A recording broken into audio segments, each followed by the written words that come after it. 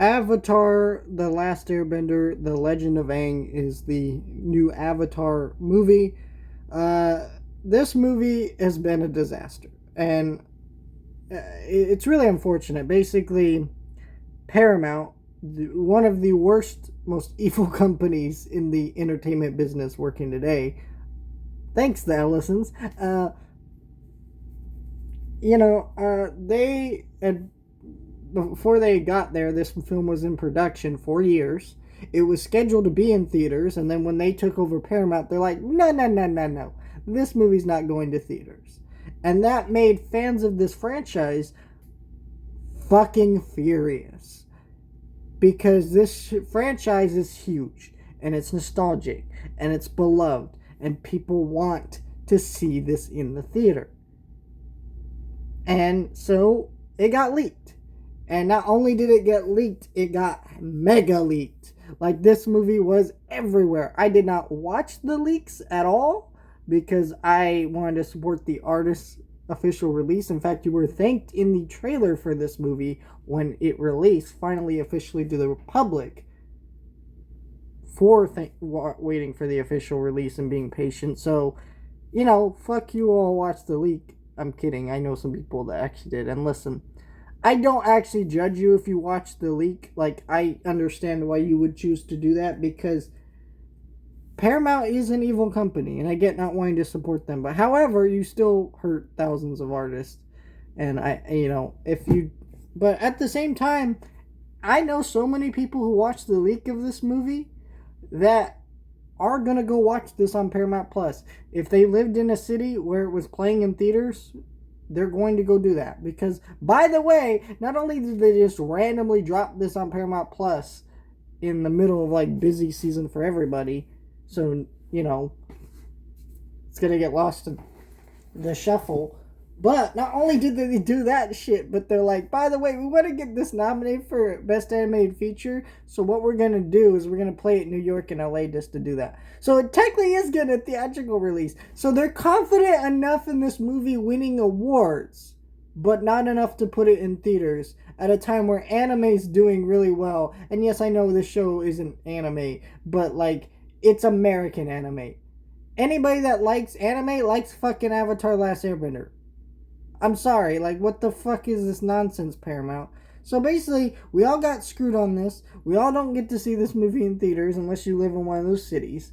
And now it's just sneakily dropped on Paramount Plus.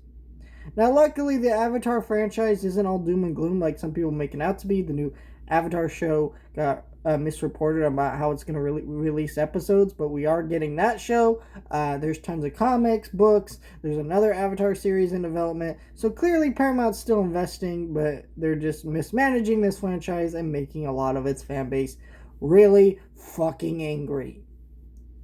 Now, I just want to state that because I state all of that because even though that doesn't have anything to do with the quality of the movie that I'm about to review, I wanted to state that because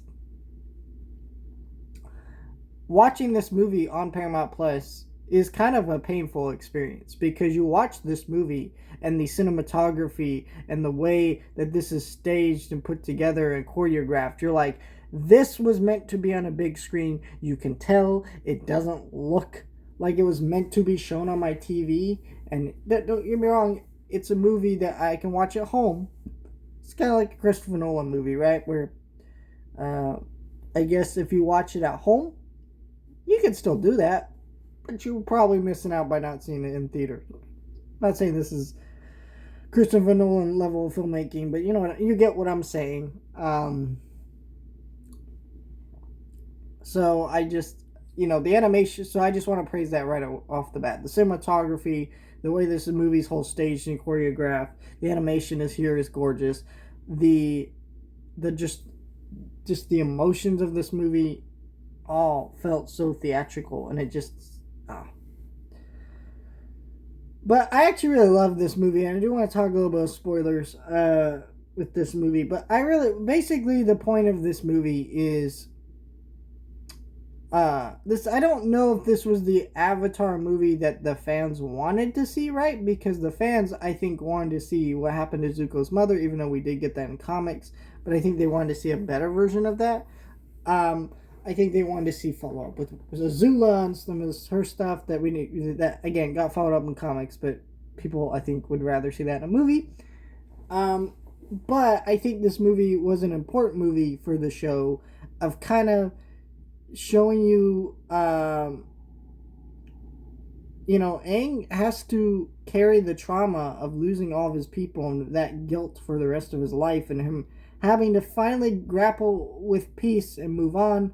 Even though we still see that he never actually fully does, right? Because of the we learn stuff about how he treated Tenzin and Korra and stuff, but for the most part, he is able to grapple with some of those feelings here by going on this journey with this character, who I'll mention in spoilers when I get there, voiced by Dave Bautista. He was fantastic, by the way, a great addition to this. Uh, yeah, I feel like this was an important chapter in the story. Avatar Gang gets some good spotlights in here as well. Like Sokka's great. I kind of was worried that I guess with the cast being aged up that you would lose some of that humor, but you can tell that Aang is still that naive Aang from all those years ago, right? Especially with the way he's so trusting of a certain character here that I'll get into spoilers. Um, but you also see that the movie uh, kind of shows that, Aang's dealing with all that stuff, and I think that all worked out really well. Uh, you know, I do wish that some of the Avatar gang kind of got a little bit more spotlight reintroduction to where they all are at their lives. Like we don't even really get a glimpse of what Zuko was doing with the Fire Nation at this point. I'm sure if I read comics, I'd understand more context to that, but I wish that I'd seen more of that. Or, I mean, I guess they're building Republic City, so that's kind of cool. You know, Legend of Korra stuff, I get it. It works, but I just wish more of it. Now spoilers. I think that my one complaint with this movie, and it's a petty complaint. God damn it, we put Taika Waititi in this shit to do a voice as a spirit. Like, Taika Waititi is no longer fun to. I used to love Taika Waititi, and I still kind of have some love for him. But like, I feel like when he shows up in things now and does voices or like characters and live action projects as well, I don't get it. I don't have that feeling of like, oh, sweet, it's Taika Waititi, and I have fun with that. No, I actually like dread when he shows up in shit now, and this is an example of that. Like, his voice is so like. He's not there that long, but I'm like, I'm so tired of it now. His stick is old. Stop putting him in stuff. Just stop. If he wants to go and make cool movies again and redeem himself. I'm joking. He doesn't really need to do that, but you know what I mean. Um, yeah. Now we'll talk about some spoilers. I felt like it was very obvious that Dave Bautista's character was a villain at a certain point. When you're seeing him ask how he can stand to hang out with the Fire Lord, I feel like, yeah, okay, that makes sense. All right, we're seeing where this is going. But I really like that the story of this movie is about bringing people into unity and peace, which I guess has always been the story of Avatar: Last Airbender. But I feel like it's much needed right now, as we're kind of at a stage of global extreme war right now globally, and so I feel like in the world, and I feel like that's really powerful to show that multiple people from different cultures and races can kind of come together, even though one clearly wants to nominate the other. I just wish that maybe they'd tighten the script down a little bit. They got these characters who are benders who are angry that Aang left, but I don't feel like we get enough time to explore their journey and give them time to shine. There was a couple points in this movie where I literally forgot that they were in the movie till they just like showed up again, and you're like, oh, that's right, they're part of the movie. I kind of feel like you could have restructured this movie to where Dave Bautista's character, they find him in the ice, and then he has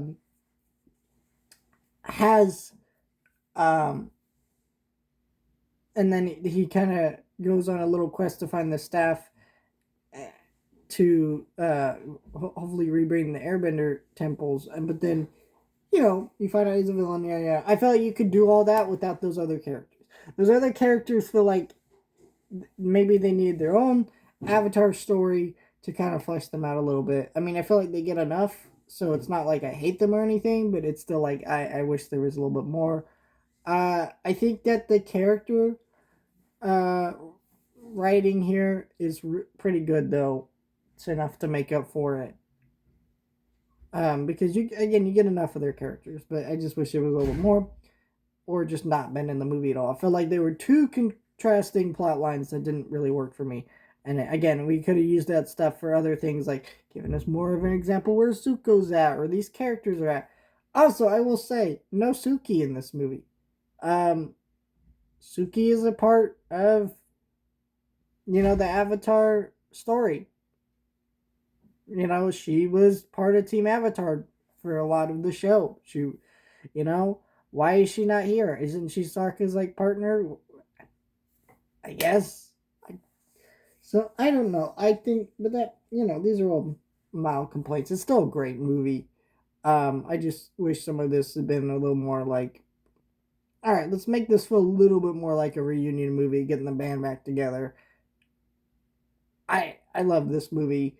It was great. But we could tighten this up just a little bit, just a little bit. Again, I'm a big fan, so I gotta have my complaints that no one else cares about but me. But they're there. So let me know your thoughts.